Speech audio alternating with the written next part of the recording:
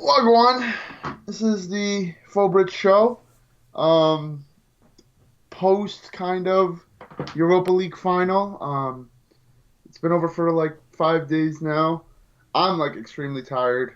It's pretty early here, but yeah, I don't know. This man's wild, and this guy is a morning person. Tell me what your name is, bro. Eames. This is the this is what I'm gonna keep doing until Griezmann's announced. Every episode is gonna start just like this until Griezmann's announced. All right, yeah. And Cause then I know when that hotline bling. I'm What? Snacks with my long goatee, as you can see here. Yo, get that out of here, bro. Chill. Pretty, Kids watch this show, man. Jesus. pretty long. What do you mean? This is fire. What's up, bro? It's been a while. It's been a minute. We've won the Europa League. It's kind of lit. I was terrified. I didn't think we were gonna win it. I mean, you can see by that last vlog. Like I was scared. I was not. Yeah, you're a pussy. You're I a was little. not confident. I was not ready for that. But yeah, we won it. So we're in the Champions League next year. Two trophies, three trophies, two trophies. At the end of the day, it's a great season. Could have done better in the league, obviously, but doesn't matter, I guess, when you get your Champions League football for next season. Feeling ridiculously optimistic for next season. Big things. Yeah, what do you got for me? It's pretty lit. I definitely wasn't gonna go to the fan club because the man had to work, but I was like, nah, I have to go. It's like one game. Proper happy I went because the last time I went, we lost 4-0 to Chelsea, and I was like, it's a curse. Like it's just a thing. It's not, but okay. Well, I mean, it's not anymore, but it was. It It never was. was, but okay. It was a mad thing. So It wasn't, but go ahead. Continue. he's so rattled. No, but it was lit. I thought we had.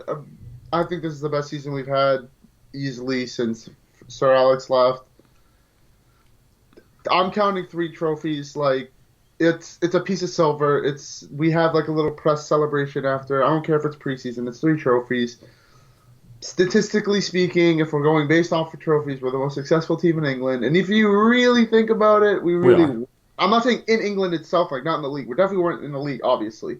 But like as opposed to like representing England in Europe, we're the Yeah, best, we're the most successful obviously. team. I mean, they. Don't at me, don't at me. United That, are lit.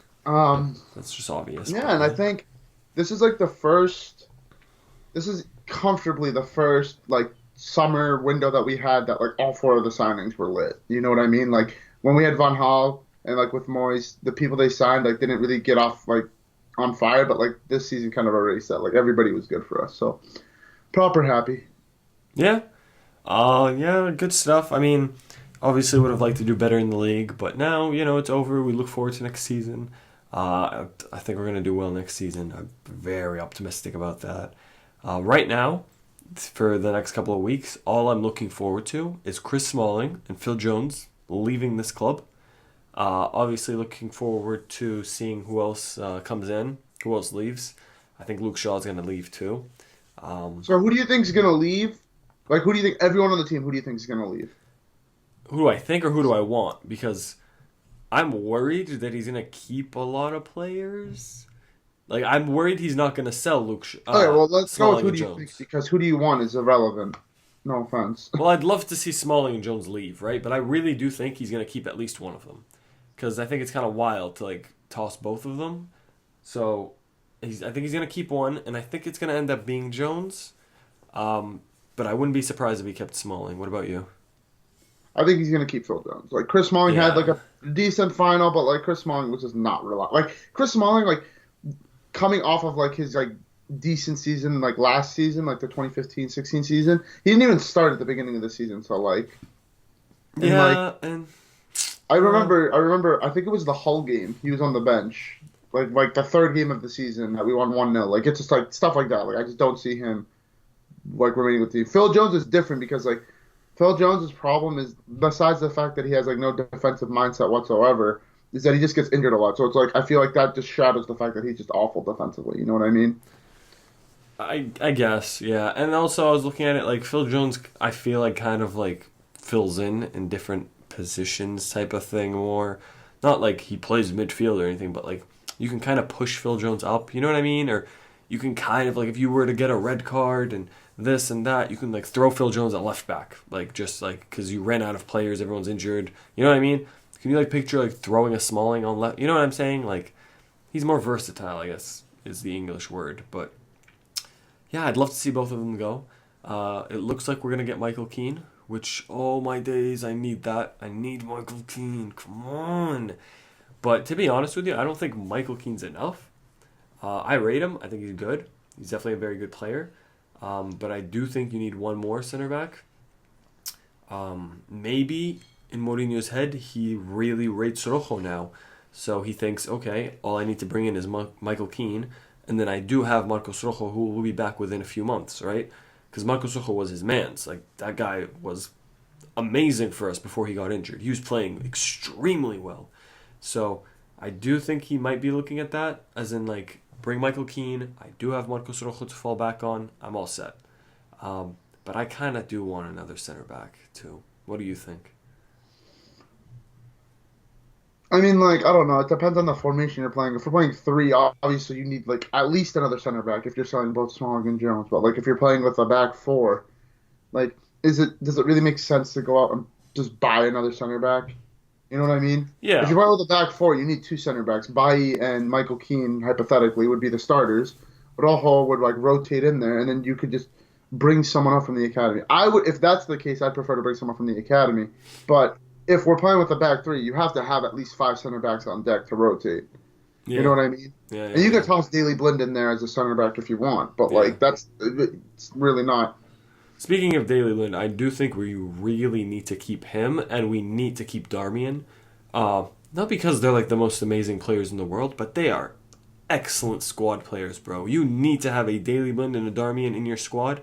Darmian can just fill it in any of the right back, left back. Daley Blind, you got him at center back, left back. Like, they're both really experienced, and like at the end of the day, like, they don't really make mistakes. Like, they do get like sometimes beaten, but like that's like good players just being better than them, right? They don't actually like pass the ball back and it ends up being, you know, an own goal, or you know what I mean? They don't do like donkey Chris Smalling things, like miss a header and like it goes in, or you know what I'm saying? So I do think we really need to keep the likes of Darmian and Daley Blind. Even though we still need to sign a left back. I'm good with Luke Shaw. Like, come on, I feel like you're good with Luke Shaw too, right? Like, Luke Shaw can leave, right? It's calm. I never really rated Luke Shaw, even when he was good for us. I never was just like, like you need a Luke Shaw on your team. You know what I mean?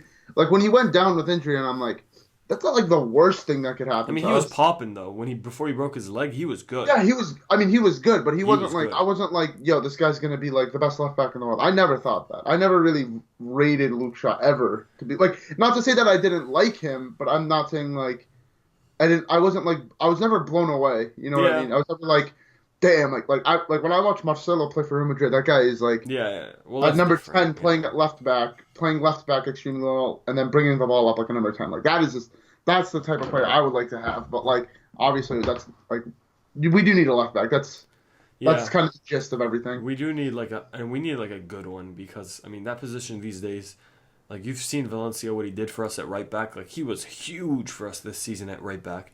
And if you can have, like, another Valencia type of, like impact on the left, bro, come on. Like, you're a whole new dynamic team. Like, it's unreal. I think the outside fullback positions have just become so important. Like, bro, so important, bro. Like, the past, 5 seasons or whatever. Like, the likes of, Dani Alves and, there's another guy that probably plays for Juve. Marcelo, and, you have obviously. Marcelo, the players like that. No, bro, it's they're huge. just so integral to your team. Like, bro, Real Madrid doesn't do nearly as. They don't win the title. They don't get to the Champions League without Marcelo. Marcelo is just that good. You know what I mean? Carvajal had a good run for them too. They are. And we have Valencia, who has that type of impact for us. And if we just get something like that on the opposite side, it's just we're money. It's game over. Yeah. And I mean, it's not going to be easy. Like, I was sitting there the other day trying to think of fullbacks off the top of my head, and you have Monaco's Benjamin Mendy, but he looks like he's going to Man City. Bro, Man City they just straight up bought Monaco. They just bought that entire club. Yeah, sick. Great scouting system you guys have. Really went hard there, trying to find these gems. But yeah, so I'm good with Luke Shaw. He can bounce. I mean, for me, I thought he was a good player. I thought he was talented, but he never had that mentality that put my head down and go into the gym and put in work. You know what I mean? He never had that. So I'm good on him. I have no idea. If we don't bring in Monaco's left back, I have no idea. I don't have a clue. I heard people talking about Danny Rose. It's like we have Phil Jones already who gets injured every 5 seconds. Danny Rose, did you even watch Danny Rose play for Spurs this season? No. Literally, my guy gets injured like staring at the word injury. He'll like pull a hamstring. I'm good on Danny Rose. Like, that's calm. Not that he's bad. Like, he's really good, but like, what's the point if he's not going to play? You know? But yeah, I mean, obviously we need a left back position to look at. Yeah. Yeah, and that's basically us covering the defense, right? Yeah, that's pretty much it. Center back, center left back.